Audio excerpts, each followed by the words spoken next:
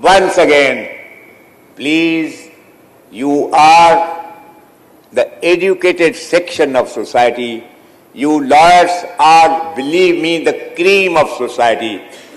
I want, before I close in the next 5 minutes, I wish to introduce you to the first lawyer of history. Does anyone know? Please tell me. You don't know. How do you want to become lawyers? You must know the first lawyer of history. The first lawyer of history, my friend, was a man called Daniel. His story is located in ancient Babylon. It is a part of a biblical story of Daniel and Susanna. Babylon was ruled by 4 old men, as was the habit in those days. 4 old men, they ruled this country. And the old men of those days were no better than the old men of today. They suffered from the same weaknesses. And these 4 old men each cast a lecherous glance at this beautiful woman called Susanna, living in that country. They seduced her, they tried to seduce her. But the virtue of the woman was stronger than the solicitations of these old men. She resisted, and these 4 old men brought a false case against her. False case of adultery with a young man unknown. They were the accusers, they were the judges, they were the rulers, they were the witnesses.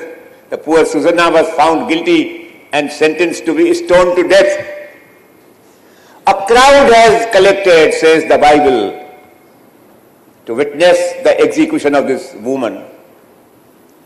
And when the crowd was waiting to see the execution, there was a young man called Daniel who got up from the crowd. He got up and said, I don't believe that this woman is guilty at all. So the crowd was not impressed by his wisdom, but they surely were impressed by his bravado. So there is a young man, but what do you want? He said, I want to ask some questions from these old men. Crowd said, all right, we'll give you. But he said, I want to.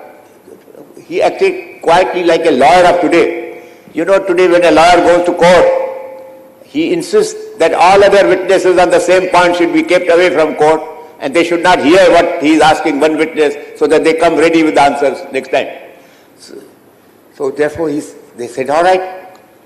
So he asked, the poor fellow was not a trained lawyer, but he was high up in his spirits. He asked the first old man, then where did you see this adultery being committed? He said, I saw it in the royal palace. Where? Then he named some section of the royal palace. The second old man was asked the same question. Oh, he says, sir, it took place on the river bank. The third says, oh, no, sir, it took place high up in some tower.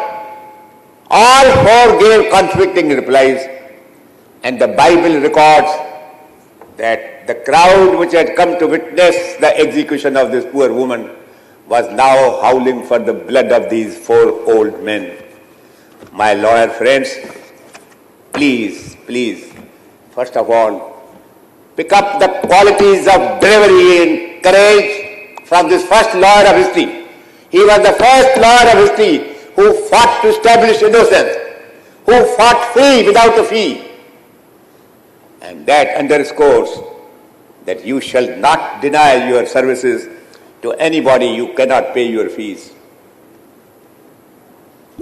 I am very proud to tell you a fact which practically every judge knows and every member of the bar knows.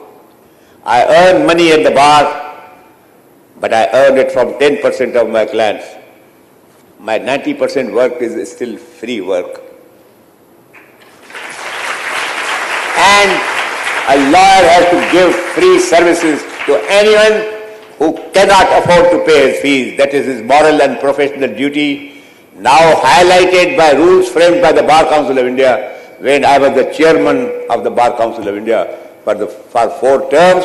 All these rules, I have got them framed, and today rendering free legal service is a statutory obligation under the Advocates Act of every lawyer, but those lawyers don't discharge their duties properly.